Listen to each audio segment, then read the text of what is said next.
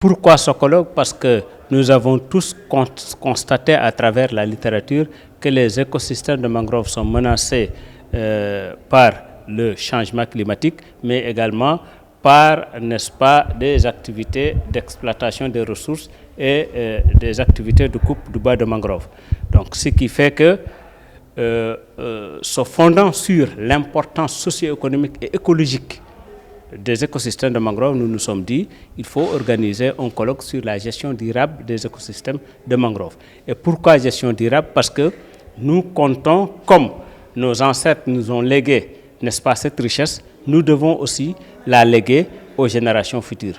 Voilà donc pourquoi nous avons réuni des sommités scientifiques, des experts dans la gestion des écosystèmes de mangrove de toute l'Afrique de l'Ouest pour réfléchir sur cette question lancinante, parce que nous devons préserver ce patrimoine naturel qui, en tout cas, joue un rôle extrêmement important en termes de création d'emplois et en termes également de satisfaction des besoins en protéines animales pour toute l'Afrique de l'Ouest. Pour nous, scientifiques, c'est de bien renseigner les décideurs.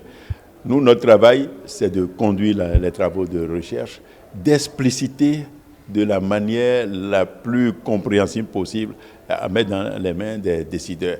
Aux décideurs, maintenant, d'utiliser les recommandations des scientifiques pour le faire. Donc, le vrai défi, c'est est-ce que nous nous comprenons? Lorsque le scientifique dit mais le stock n'est pas aussi élevé et que plusieurs personnes au-delà de la capacité de charge, on voit un politicien ou un décideur pour dire ben, nous on en a besoin, est-ce qu'il est capable de dire mais j'écoute d'abord le scientifique ou j'écoute la population? C'est un gros défi. L'autre chose, lorsqu'on assoit les règles de gestion participative, ben, il faut que chaque membre, chaque individu de la communauté puisse respecter cela.